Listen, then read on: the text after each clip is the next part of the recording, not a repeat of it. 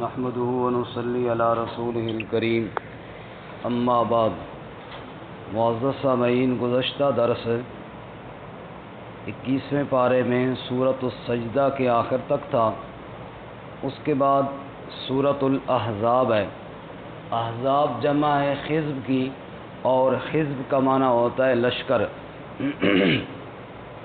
اس سورہ مبارکہ میں جنگ احزاب کا تذکرہ ہے، جس کو جنگ خندق بھی کہتے ہیں۔ اسی نسبت سے سورہ مبارکہ کا نام سورۃ الاحزاب رکھ دیا گیا ہے۔ اس سورہ مبارکہ میں مشرکین عرب کی غلط رسموں کی تردید کا بھی بیان ہے۔ ارشاد فرمایا، اے نبی صلی اللہ علیہ وسلم، اللہ سے ڈریے اور کافروں اور منافقوں کا کہنا نہ مانیں۔ جو وحی اللہ نے آپ کی جانب بھیجی ہے اسی کا اتباع کیجیے، اور اللہ کی ذات پر بھروسہ رکھیں، کیونکہ اللہ نے دو دل نہیں بنائے، دل ایک بنایا ہے، لہذا بھروسہ بھی ایک اللہ کی ذات پر رکھیے۔ عرب کے لوگوں میں یہ رواج تھا کہ اگر کوئی شخص بیوی کو ماں کے ساتھ تشبیہ دے دیتا تو اس کو ماں کی طرح ہی اپنے اوپر حرام سمجھ لیتا۔ اس کو زہار کہتے ہیں۔ اللہ تعالیٰ فرماتے ہیں بیوی کو ماں کے ساتھ تشبیہ دینا، تشبیہ دینے سے وہ ماں نہیں بن جاتی بلکہ زہار ہوتا ہے، اور اس کا کفارہ ہے، وہ انشاءاللہ ہم 28ویں پارے میں آئے گا تو وہاں پڑھیں گے۔ اس کے بعد فرمایا ایک اور ان کی رسم تھی، اگر کسی کے بیٹے کو بیٹا بنا لیتے، جس کو لے پالک اور متبنہ کہتے ہیں، تو اس کو حقیقی بیٹے کی طرح سمجھتے۔ اس کی بھی تردید فرمائی کہ حقیقی بیٹا وہ ہوتا ہے جو ماں باپ سے صلب سے، باپ کی صلب سے پیدا ہو۔ کسی کو بیٹا کہنے کے ساتھ وہ اسی طرح کا محرم نہیں بن جاتا جس طرح حقیقی بیٹا ہوتا ہے۔ اس کے بعد جنگ احزاب کی طرف اشارہ ہے کہ جب کفار اکٹھے ہو کر مدینہ پر ٹوٹ پڑے اور ہر طرف سے لشکر آتے دکھائی دیے، تو اللہ تعالیٰ فرماتے ہیں اس وقت اللہ تعالیٰ نے اہل ایمان کو خوب آزمایا، کلیجے منہ کو آئے اور آنکھیں پھرنے لگیں، اور منافقین بہانے بنانے لگے۔ رسول اللہ صلی اللہ علیہ وسلم کے پاس آئے اور طرح طرح کے بہانے بنا کر اجازتیں طلب کرنے لگے۔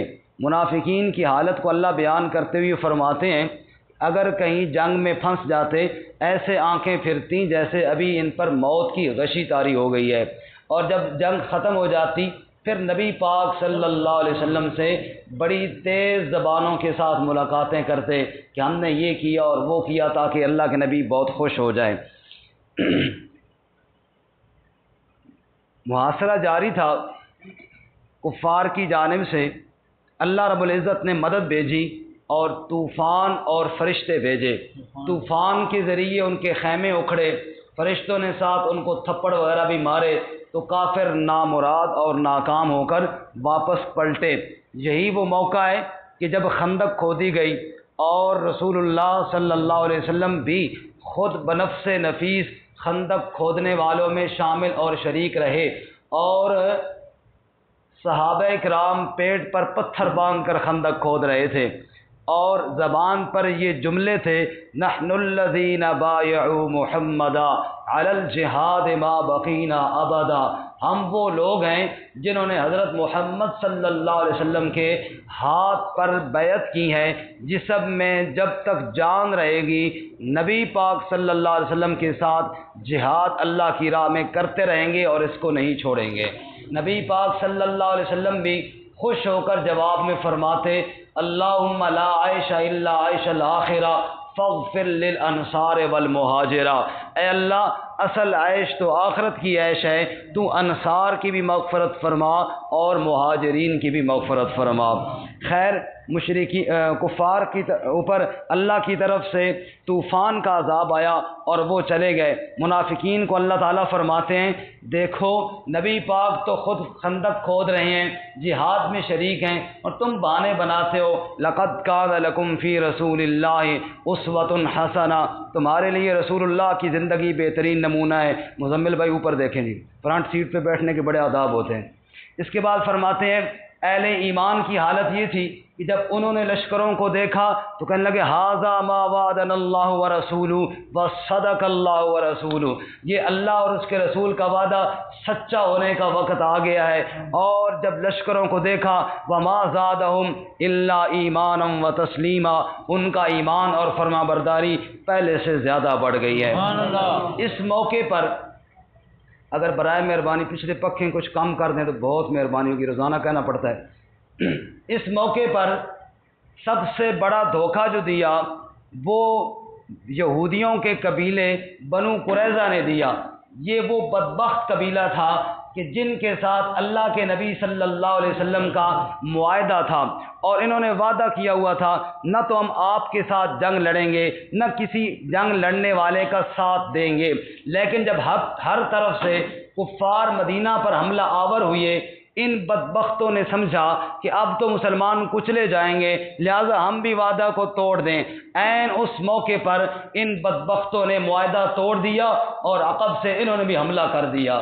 باقی کافر تو جو تھے مقابلے میں آئے سو آئے، ان کا مقابلہ کرنا اور ان کا حملے میں شریک ہونا سب سے زیادہ برا اور سب سے زیادہ منحوس عمل تھا، اس لیے کہ ان کے ساتھ تو معاہدہ تھا اور ان کی جانب سے خندق بھی نہیں کھودی گئی تھی۔ قاضی صاحب، ان کی جانب سے خندق بھی نہیں کھودی گئی تھی کیونکہ ان کے اوپر اطمینان تھا کہ ان کے ساتھ تو ہمارا معاہدہ ہے، لیکن انہوں نے عین اس موقع پر چھرا گھونپا اور معاہدے کو توڑا۔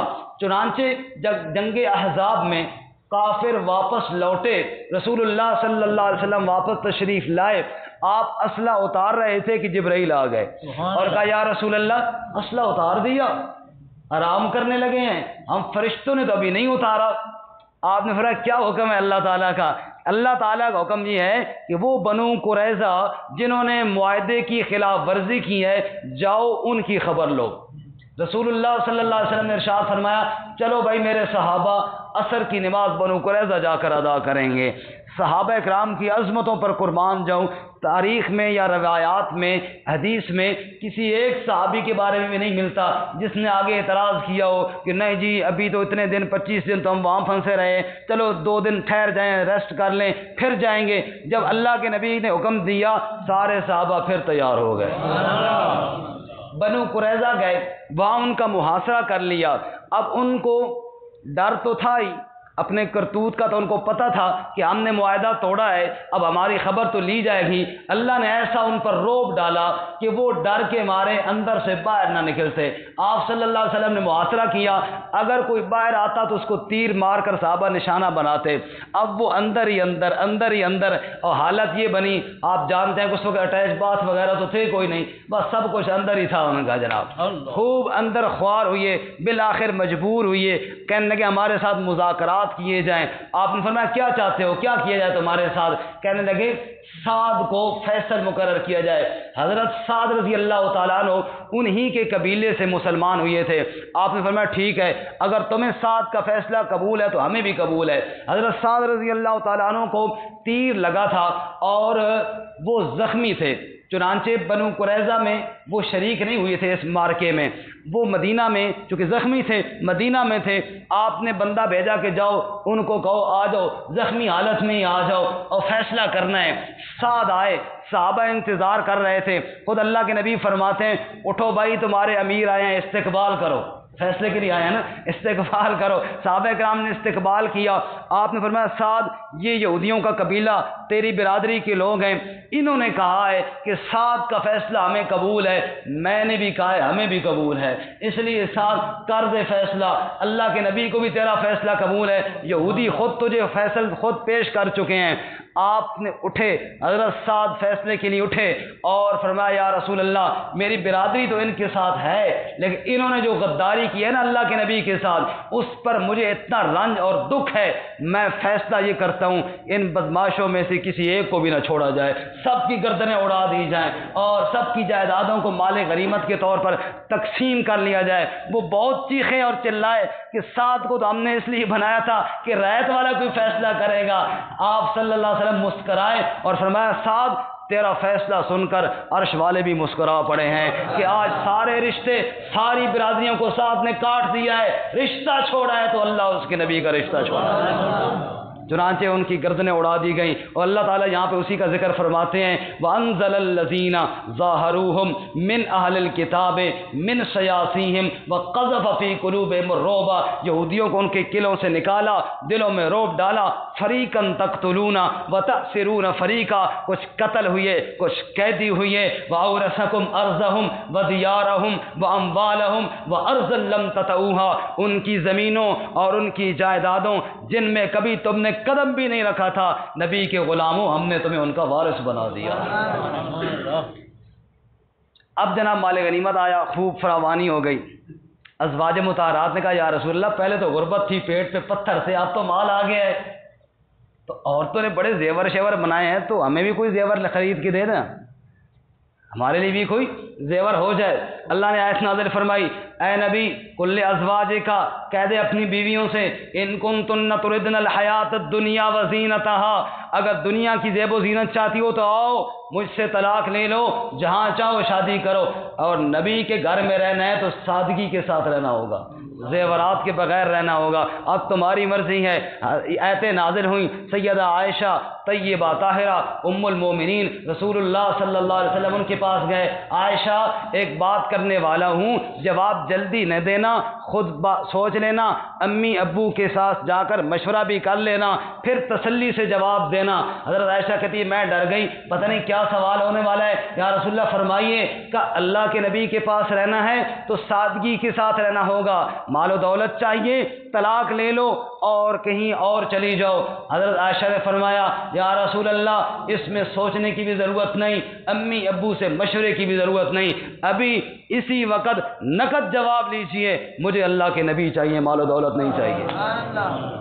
ہمیں سادگی پسند ہے، فقر پسند ہے، لیکن نبی کے گھر رہنا ہے۔ نبی پاک خوش ہوئے، پھر آپ نے باقی ازواج سے بات کی، نبی پاک فرماتے ہیں ہر بیوی نے وہی جواب دیا جو عائشہ نے جواب دیا تھا رضی اللہ تعالی عنہن۔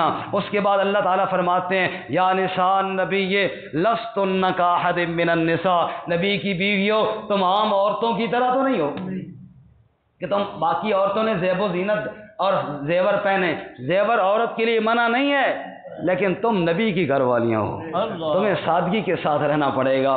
اس نے فرمایا سنو تم عام عورتوں کی طرح نہیں ہو، تم نے کیا کرنا ہے، غیر محرم سے نرم بات نہیں کرنی ہے، گھر میں ٹھہرنا ہے، بناؤ سنگھار نہیں کرنا، نماز قائم کرنی ہے، توجہ کرنا آج میری بیٹیوں کے لیے یہی نمونہ ہے، نماز قائم کرنی ہے، زکوٰۃ دینی ہے، اللہ اس کے رسول کی اطاعت کرنی ہے، اور اللہ گندگی کو تم سے دور کرنا چاہتا ہے۔ نبی کے گھر والوں جو آیتیں پڑھی جائیں ان کو یاد رکھنا ہے، نبی کے فرامین کو تم نے یاد رکھنا ہے، یہ تمہاری ڈیوٹی ہے۔ صحابیات نے کہا یا رسول اللہ قرآن میں مردوں کا ذکر تو بار بار آتا ہے، عورتوں کا ذکر کوئی نہیں آتا۔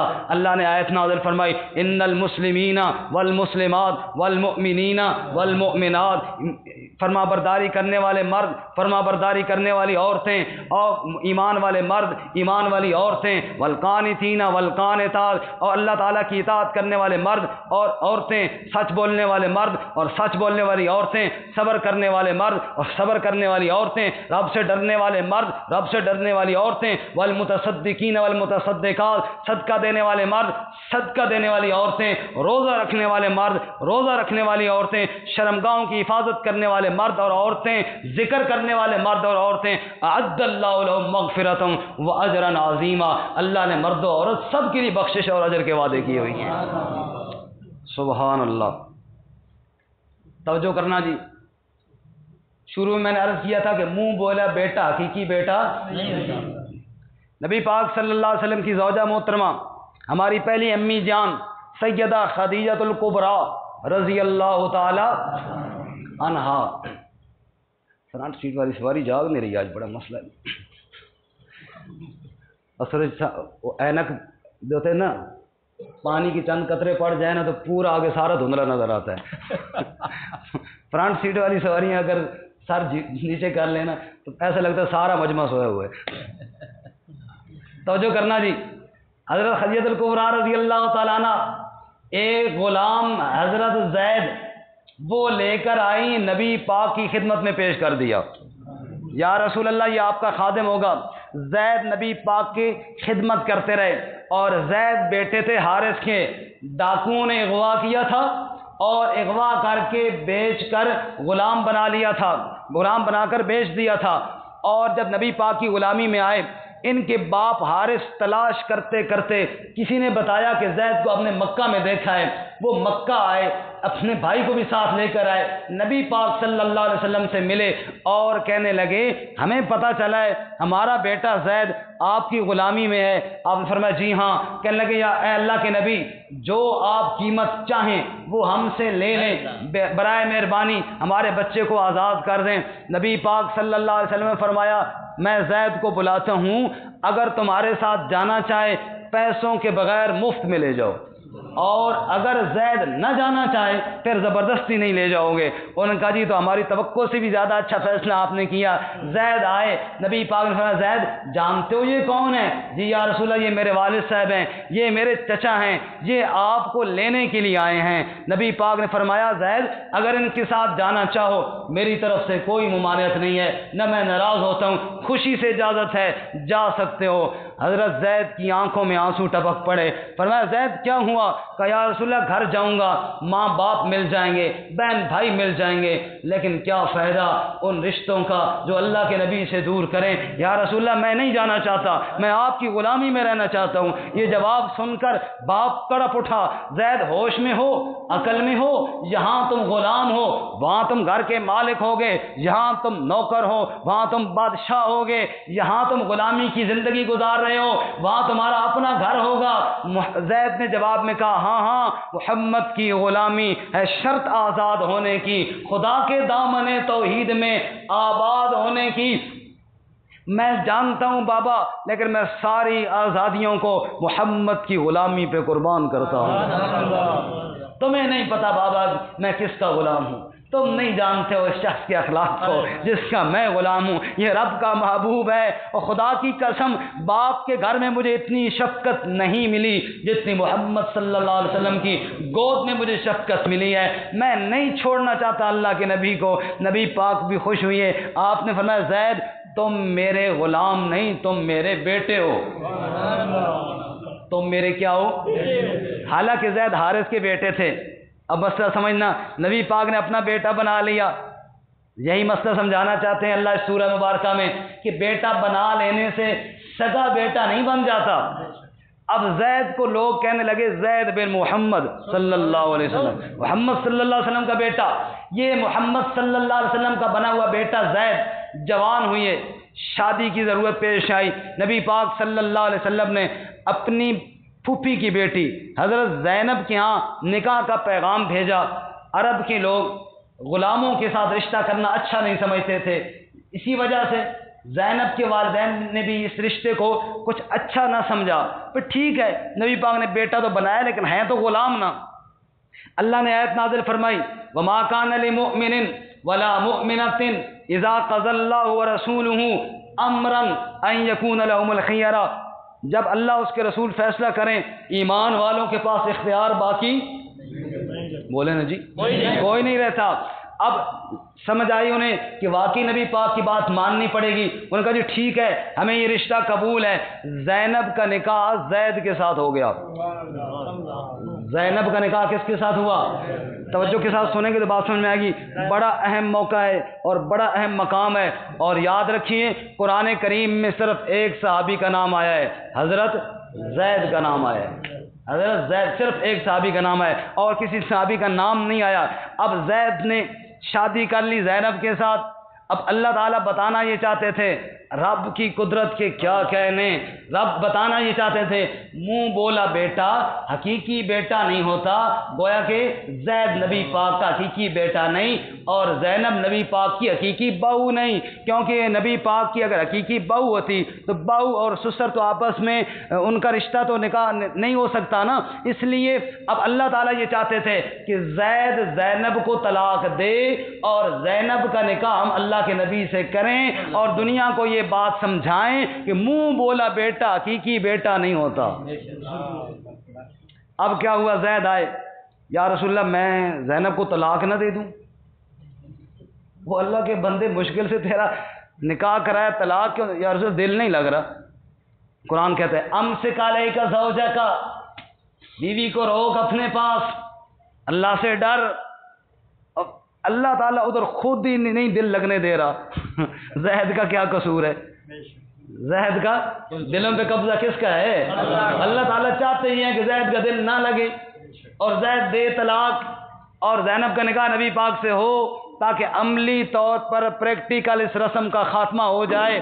اب زید آئے، یا رسول اللہ میں نے تو طلاق دے دی ہے زینب کو۔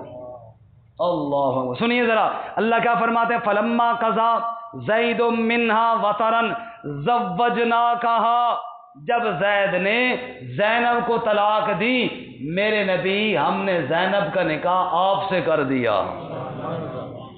حضرت زینب کہا کرتی تھیں باقی بیویوں کے نکاح تو زمین پر ہوئی ہے، میرا نکاح رب نے خود کیا عرش بریم پر۔ زوجناکہا، اب جناب نکاح ہوا نبی پاک صلی اللہ علیہ وسلم کے ساتھ حضرت سیدہ زینب رضی اللہ تعالی عنہا کا۔ اب لوگوں نے باتیں کی، رسموں کے خلاف کرنا کوئی آسان کام نہیں ہوتا، رسمیں توڑنا کوئی آسان کام نہیں ہوتا، باقی باتیں بندہ مان لیتا ہے، گزارا کر جاتا ہے۔ جو برادری کی رسمیں ہیں نا ان کے اندر آج ہی ہم دیکھ لیں ایسے جناب ہم رچے ہوئی ہیں ہمارے اندر، اور چاہے وہ خوشی کی ہوں چاہے وہ غمی کی ہوں، سب جانتے ہیں۔ اس دور میں کون نہیں جانتا کہ یہ جناب جو ہم کھانے پکا رہے ہیں، بڑے بڑے عمراء آ کر کھا رہے ہیں اور بڑے بڑے لینڈ لاٹ آ کر کھا رہے ہیں، یہ ثواب کے لیے کر رہے ہیں یا نمود و نمائش کے لیے کر رہے ہیں؟ سب جانتے ہیں، سب جانتے ہیں نمود و نمائش ہے، یہ تیجا اور یہ فلانا اور یہ فلانا۔ بھائی صدقہ خیرات کرنا ہوتا کسی غریب کے گھر دیتے، اور غریبوں کو تو کہتے بعد میں روٹی آپ کو کھلائیں گے اور پیچھے بیٹھو انتظار کرو، جو بھوکے ہوتے ہیں ان کو تو ہم بٹھا دیتے ہیں، بچ جائے جو کھانا خراب ہونے والا وہ طالب علموں کو دیتے ہیں، اور بڑے بڑے لوگوں کو پہلے بٹھاتے ہیں، بس جی عزت رہ جائے جی، کوئی چیز کم نہیں ہونی چاہیے۔ یہ نمود و نمائش کے کھانے ہیں، لیکن رسمیں ہیں، رسمیں، ان رسموں میں ایسے جکڑے ہوئی ہیں جاننے کے باوجود چھوڑنا مشکل ہے۔ ایسے ہے یا نہیں ہے؟ ایسی شادی پہ دیکھو جناب یہ مہندی کی رسم ہے اور یہ فلانی رسم ہے اور ڈھمکانی رسم ہے، جاننے کے باوجود چھوڑ نہیں سکتے۔ رسموں کو چھوڑنا آسان کام نہیں ہے۔ نبی پاک کے عمل سے اللہ نے رسم کا خاتمہ کیا، اور جب رسم کا خاتمہ ہوا پوری برادری خلاف ہو گئی۔ او دیکھو جی 9 دے نال نکاح کر لیا نے، بہو سے نکاح کر لیا، زینب بہو تھی، حالانکہ بہو نہیں تھی کیونکہ زید حارث کے بیٹے تھے، نبی پاک کے بیٹے۔ بات سمجھ میں آ رہی ہے نا سب کو؟ زید اصل میں تو حارث کے بیٹے تھے، نبی پاک نے تو ویسے بیٹے کی طرح بنایا تھا نا، حقیقی بیٹا تو نہیں تھا۔ یہی بات اللہ سمجھانا چاہتے تھے اور عملاً سمجھانا چاہتے تھے، کیونکہ جب عملاً بات آ جائے نا پھر سمجھ میں آتی ہے۔ خیر اللہ تعالیٰ نے فرمایا تم کہتے ہو نبی پاک نے بہو سے نکاح کر لیا، اور سنو بڑی اہمیت ہے، ما کان محمد ابا احد من رجالکم ولکن رسول اللہ وخاتم النبیین، محمد کریم صلی اللہ علیہ وسلم تمہارے مردوں میں سے کسی مرد کے باپ نہیں ہیں، بے شک کسی مرد کے باپ نہیں ہیں۔ نبی پاک صلی اللہ علیہ وسلم کے بیٹے تھے یا نہیں تھے؟ تھے۔ اب آدھے کہتے ہیں تھے، آدھے کہتے ہیں نہیں تھے۔ قاسم، ابراہیم اور عبداللہ کو طیب اور طاہر بھی کہتے ہیں۔ قاسم، ابراہیم، عبداللہ، طیب، طاہر، یہ عبداللہ کے لقب ہیں، نبی پاک کے بیٹے تو تھے۔ اور اللہ کیا فرماتے ہیں، ما کان محمد ابا احد من رجالکم، قادیانی مرزائی ختم نبوت کے منکر وہ اس آیت کو دلیل دیتے ہیں، کہتے ہیں دیکھو جی نبی پاک کے تو بیٹے تھے، اور قرآن کہتا ہے کہ نہیں ہے، کسی مرد کے باپ نہیں ہیں۔ عام بندہ شبہ میں پڑ جاتا ہے، ہاں گال تو ٹھیک ہے بھائی، نبی پاک کے بیٹے تو تھے، اور یہ قرآن کہتا ہے او اللہ کے بندے عربی جو جانتا ہو اس سے پوچھو، عربی جو جانتا ہے اس سے پوچھو۔ یہ کبھی کبھی تھوڑی بہت مولویوں کی بات مان لیا کرو، ٹھیک ہے نا، ہر بندہ خود ہی پورا مفتی نہ بن جایا کرے۔ ایک حدیث کتوں پڑھی ہے کہ میں فیس بک تو پڑھی ہے، میں کہ نویں بک آ گئی حدیث دی، سمجھ آئی؟ اور یہ حدیث کی بک نہیں ہے میرے بھائی، یہ فیس بک ہے۔ فیس بک سے حدیثیں پڑھنے سے مفتی کوئی نہیں بنتا، اور کہیں جناب کوئی بات پڑھ لی تو ہر بندہ جناب پورا مفتی بن جاتا ہے، اتنا آسان کام نہیں ہے۔ اور شیطان بڑے الٹی پٹیاں میں پڑھاتا ہے، وہ سارے مولوی یہ کر رہے ہیں، تو اصل ہون سمجھ آئی تو سمجھ آئی؟ خیر، بچے کو کہتے ہیں صبی، لڑکے کو کہتے ہیں طفل، اور رجل کہتے ہیں بالغ مرد کو۔ ایسا ہی ہے، بالغ کو کیا کہتے ہیں؟ رجل۔ محمد کریم صلی اللہ علیہ وسلم کسی رجل کے باپ نہیں ہیں، بچوں کے ہیں لیکن کسی رجل کے، بالغ مرد کے باپ نہیں ہیں۔ اور زید تو بالغ تھے نا، یہ نبی پاک کے بیٹے نہیں ہیں۔ اچھا پھر کیا ہیں؟ فرمایا ولاکن رسول اللہ و خاتم النبیین، یہ اللہ کے رسول ہیں اور مزے کے ساتھ ہی ایسا جواب دینا چاہیے تھا، بنیادی عقیدہ ہے آپ اللہ کے نبی ہیں اور آخری نبی ہیں، آپ اللہ کے نبی ہیں اور آخری نبی ہیں، خاتم النبیین ہیں۔ اللہ کے نبی نے فرمایا انا خاتم النبیین لا نبی، میں آخری نبی ہوں، میرے بعد کوئی نبی نہیں آئے گا۔ سیکون فی امتی ثلاثون دجالون کذابون کلهم یزعم انہ نبی اللہ وانا خاتم النبیین لا نبی بعدی، میرے بعد 30 جھوٹے آئیں گے جو کہیں گے ہم بھی اللہ کے نبی ہیں، لیکن تم یاد رکھنا میری امتی ہو میں آخری نبی ہوں، میرے بعد کوئی نبی۔ اسی لیے علماء فرماتے ہیں اگر کوئی کہے کہ فلانا نبی ہے یا کانا نبی ہے، اس سے دلیل مانگنے کی بھی ضرورت نہیں، نہ فلانے کی نہ کانے کی، نبی اللہ کے آخری نبی محمد مصطفیٰ صلی اللہ علیہ وسلم ہے، اس کے بعد جو نبوت کا دعویٰ کرے وہ جھوٹا ہے، مجھے دلیل مانگنے کی ضرورت نہیں ہے۔ چٹھے بختاور والے بزرگ سو گئے۔ اچھا جی سنیے جی، ایسا پختہ عقیدہ کہ جس میں شبے کی کوئی گنجائش نہیں ہے۔ ایک بابا جی لوہار جو لوہے کا کام کرتے تھے، کلہاڑیاں اور ٹوکے تیز کرتے تھے، ان کے پاس ایک مرزائی آیا اور اس نے پوچھا بابا جی مرزے کو نبی مانتے ہو؟ انہوں نے کہا میں اس کو انسان پورا نہیں مانتا، تو نبی منواؤں گا میرے کو؟ میں اس کو کہاں مانتا ہوں جس کو میں انسان نہیں مانتا، تو نبی منوانے کے چکر میں ہے۔ اور نہیں بابا جی خواہ مولویوں نے تمہیں غلط پٹیاں پڑھائی ہیں جی، بڑے دلائل ہیں جی مرزے کی نبوت پہ۔ اچھا دیو جی کون سی دلیلیں ہیں؟ بابا کلاڑی تیز کر رہا ہے اور وہ لگا دلیلیں دینے، دے مار اور 4.5۔ بابے نے کوئی ہاں نہ کی، چپ کر کے کلاڑی تیز کرتا رہا۔ جب وہ کرتا رہا اس کا بابا جی کوئی دلیل سمجھ بھی آئی نہیں یا نہیں؟ اتنے میں کلاڑی تیز ہو گئی تھی، بابے نے کلاڑی اٹھائی رکھی اس کی گردن پہ، کہا چھوڑ دلیل نو، بول مرزا جھوٹا، چھوڑ دلیل نو اور بول مرزا جھوٹا۔ اس نے کہا میں نے دلائل دی، اس نے کہا چھوڑ دلیل بول مرزا جھوٹا ورنہ آئی کلاڑی سر لا دے سا میں تیرا۔ سمجھ آئی؟ اس نے سمجھا بابا تو بگڑ گیا ہے تے کام خراب ہے، اور بزرگ جس ٹائم غصے آ جان نا پھر قریب کوئی نہیں آ سکنا۔ انہوں نے کہا یہ نہ ہوئے سر ہی نہ لا دے۔ اس نے کہا اچھا جی مرزا جھوٹا، میں کہا سر جھوٹی اچھا، مرزا جھوٹا بے ایمان، اس نے کہا جی جھوٹا بے ایمان، اور پتہ نہیں کیا کچھ کہلوایا۔ خوب جب گالیاں دلوا چکا نا، بابے نے کلاڑی نیچے رکھی اور کہنے لگا لے ہوں تو کلاڑی میری گردن پہ رکھ اور مجھے کہے کہ نبی پاک کو جھوٹا کہے، خدا کی قسم گردن کٹ جائے گی، اپنے نبی کو جھوٹا نہیں کہوں گا۔ تو چنگا بھائی نبی کو مرزے کو نبی ماننے والا ہے، تھوڑی کلاڑی دیکھی تو 50 گالیاں دے دی، یہی نشانی ہے تیرے نبی کی جھوٹا ہونے کی اور میرے نبی کی سچا ہونے کی۔ میرے نبی پہ لوگ جانیں قربان کر دیں گے لیکن کبھی اب اللہ کے نبی کو جھوٹا نہیں کہیں گے۔ سبحان اللہ، کہو سبحان اللہ۔ ختم نبوت کا مسئلہ بنیادی مسئلہ ہے، اس لیے تھوڑی سی آیت پہ ایک اور بات عرض کرتا ہوں۔ اللہ کے نبی کی طرف خط لکھا مسیلمہ کذاب نے، یہ جھوٹا مدعی نبوت تھا، اور اس نے خط لکھا اور خط میں لکھتا ہے آپ بھی اللہ کے نبی ہیں اور نعوذ باللہ میں بھی اللہ کا نبی ہوں، آدھی زمین پہ آپ حکومت کریں اور آدھی پر میں حکومت کرتا ہوں۔ آپ تو نبی ہیں یا پٹواری ہیں؟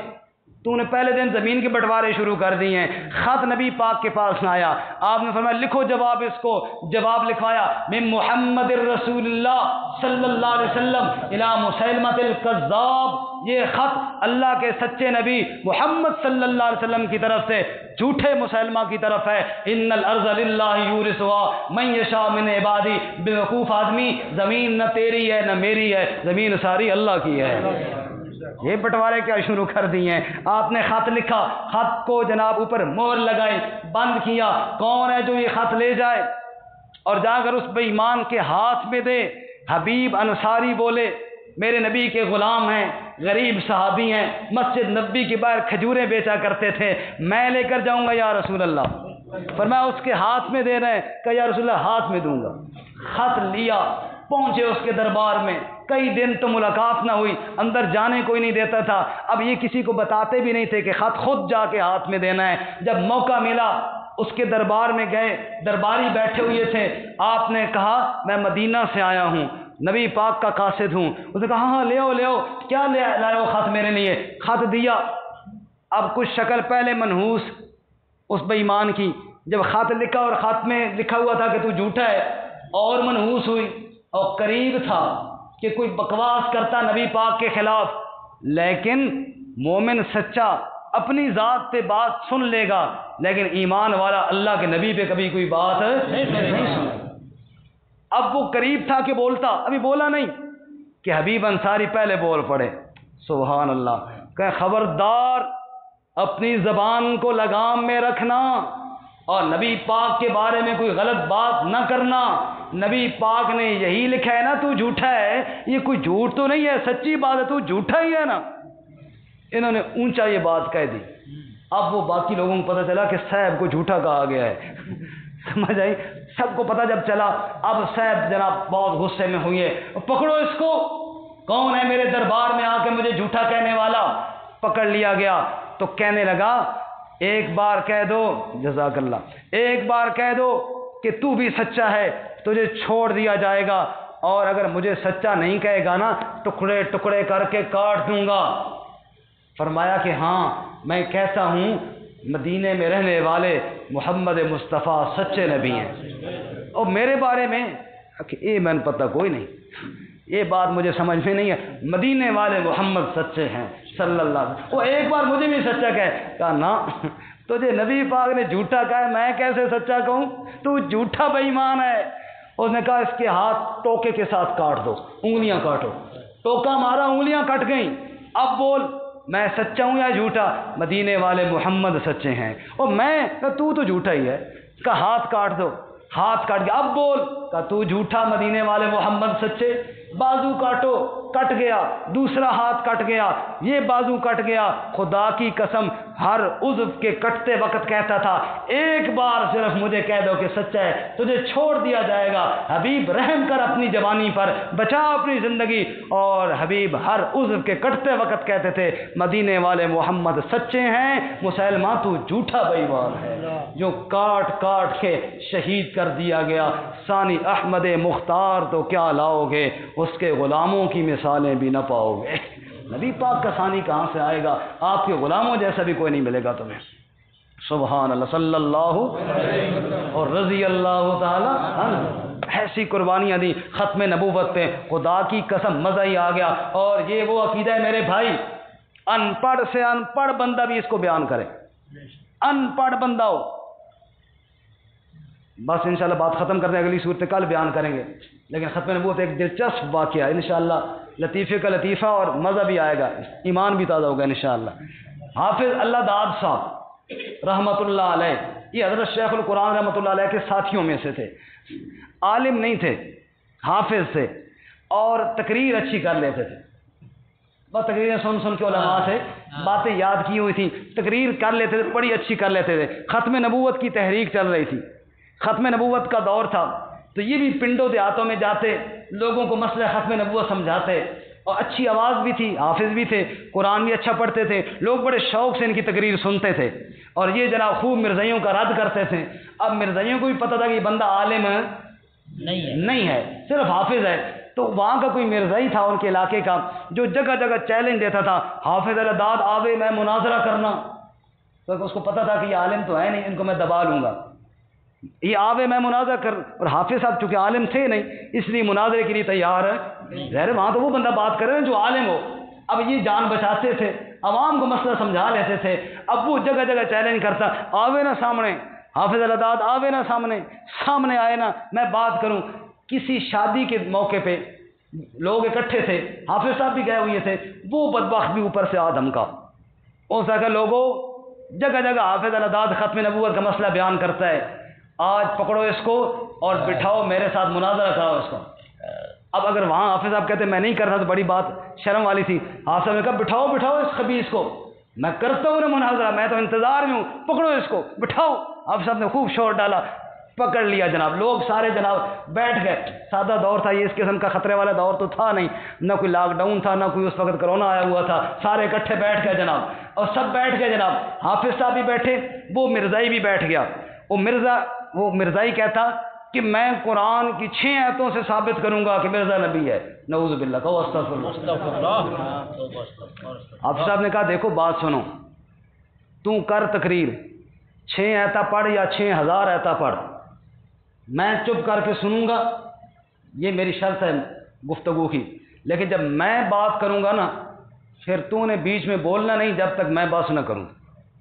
انہوں نے کہا ٹھیک ہے, یہ کون سی بات ہے؟ سب نے کہا جی بڑی معقول بات ہے. آپ نے کہا میری شرط بھائی سارے لوگ سن لیں, یہ بات کرے آدھا گھنٹہ, یہ کرے 3 گھنٹے, یہ پورا دن کرے, میں چپ کر کے سارے دلائل توجہ سے سنوں گا.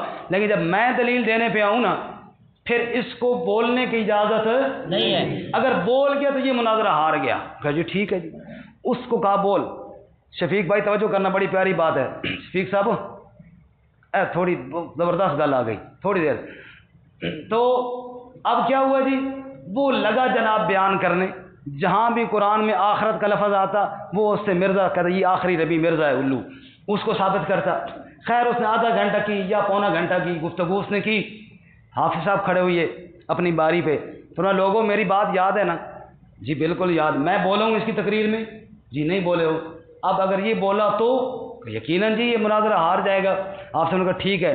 قرآن مجید آپ صاحب نے لے لیا, صرف حافظ سے ترجمے والا قرآن لے لیا اور شروع ہو گئے. بسم اللہ الرحمن الرحیم, شروع اس اللہ کے نام سے جس نے نبی پاک صلی اللہ علیہ وسلم کو آخری نبی بنایا اور مرزے کو لعنتی قرار دیا. الحمدللہ رب العالمین, سب تعریفیں اس اللہ تعالیٰ کے لیے جس نے حضرت محمد صلی اللہ علیہ وسلم کو آخری نبی بنایا, مرزے کو لعنتی قرار دیا. الحمدللہ رب العالمین الرحمن الرحیم, رحمان الرحیم وہ اللہ جس نے حضرت محمد صلی اللہ علیہ وسلم کو آخری نبی بنایا, مرزے کو لعنتی قرار دیا. مالک یوم الدین, قیامت کے دن کا وہ اللہ مالک حضرت محمد کو جس نے آخری نبی بنایا, مرزے کو لعنتی قرار دیا. وہ کبھی ادھر دیکھے کبھی ادھر دیکھے, کب پتر بولنا تو ہے نہیں, سونو. وہ ختم ہوا جناب, اگلا صفحہ شروع کر دیا. وَمَن يَرْغَبُ عَن مِّلَّتِ, جب پہنچے نا پہلا سپارہ ختم ہونے کو آیا, اس نے کہا حافظ جی چپ, بدبخت انسان, میں بولوں تیری تقریر میں, سن میری تقریر. پھر چپ کر گئے. پہلا سپارہ ختم ہوا, سیقول الصفات, حافظ صاحب گئے, دوسرا سپارہ شروع کیا. اس نے کہا حافظ جی چپ, پھر بول رہے. بندہ کو چپ کر, گل سن, آرام نہ گل سن. جب تیسرے سپارے پہ حافظ صاحب پہنچے نا, تو وہ سمجھ گیا کہ حافظ صاحب ویسے پورے 3 سپارے انہوں نے جانا ہے, پورے 3 سپارے. اس چادر موڑے رکھی کہ میں گیا کتنے پتر, سن قرآن دی ہر ایت دس رہی محمد مصطفیٰ آخری نبی نے. جا رہا میں تو جا سے کتنے بچہ لگنا. وہ جناب اس نے جان چھڑائی حافظ صاحب سے. حافظ کا پتر تقریر میری پوری نہیں ہوئی, تو ادھی تقریر جو نس رہے ہیں, اور جو نس جائے وہ چور ہوتا ہے, اگر سچا ہے تو سن, برداشت کر. ہو سکا میں ہارا بھی ٹھیک ہے, تسی جیت گئے جناب. تو حافظ صاحب نے اس طرح اس کو ٹرکا دیا اور بتایا کہ آخری نبی حضرت محمد مصطفیٰ صلی اللہ علیہ وسلم. خیر واپس پلٹ کے آئیے جی, واپس سے مراد دماغی طور پہ واپس آئیے. زید حضرت محمد کے بیٹے نہیں ہیں, کیونکہ بڑا کوئی شخص آپ کا بیٹا ہے نہیں, لہذا نبی پاک کی بہو بھی کوئی نہیں, اور اس لیے زینب کا نکاح ہم نے نبی پاک صلی اللہ علیہ وسلم سے کر دیا. اور یہی وہ ولیمہ تھا نبی پاک کی شادی کا, جس ولیمے میں آپ صلی اللہ علیہ وسلم نے بکری ذبح کی اور روٹی سالن تیار کر کے مدینے والوں کی کھلے عام دعوت فرمائی. سبحان اللہ. باقی آپ کے جتنے ولیمے تھے, دودھ آیا تو وہی پلا دیا, کھجوریں آئیں تو وہی کھلا دی, سادہ سادہ ولیمے. اور یہ بڑا ولیمہ تھا, کیوں؟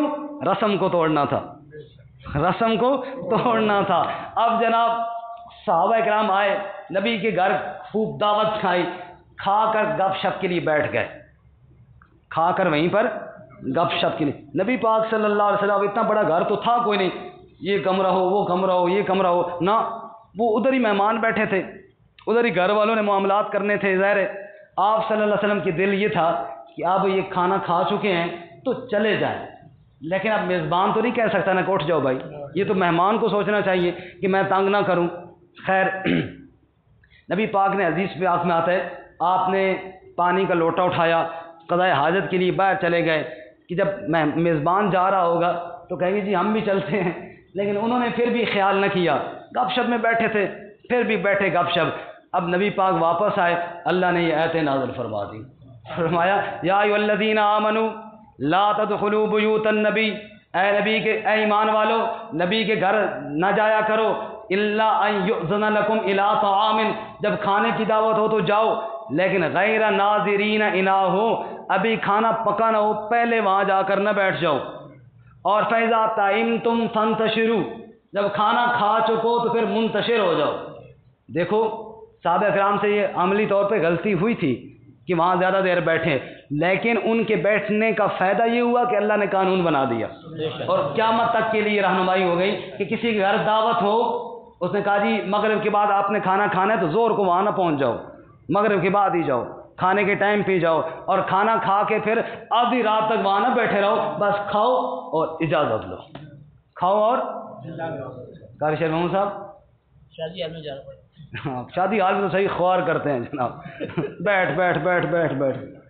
اور جس قاری شیر محمود صاحب رات کو ان کے پاس دعوت تھی ہماری، ان کے ختم قرآن پہ ہم نے بیان کیا، بیان کے بعد فارغ ہوئے، انہوں نے ماشاءاللہ خوب خدمت کی، پھر ہم نے کہا اجازت، قاری صاحب کہتے ہیں نہیں جی نہیں، گپ شپ لو سحری کے ٹائم جا سکوں کہ بس اس کے بعد گپ شپ پھر اجازت، پھر کیا کرو جی اذا طعمتم فانتشروا، کھاؤ اور منتشر ہو جاؤ، وہاں گپ شپ کے لیے نہ بیٹھو۔ خیر یہ بات ہوئی، لوگوں نے باتیں تو بہت کی، لیکن اس رسم کا خاتمہ ہو گیا۔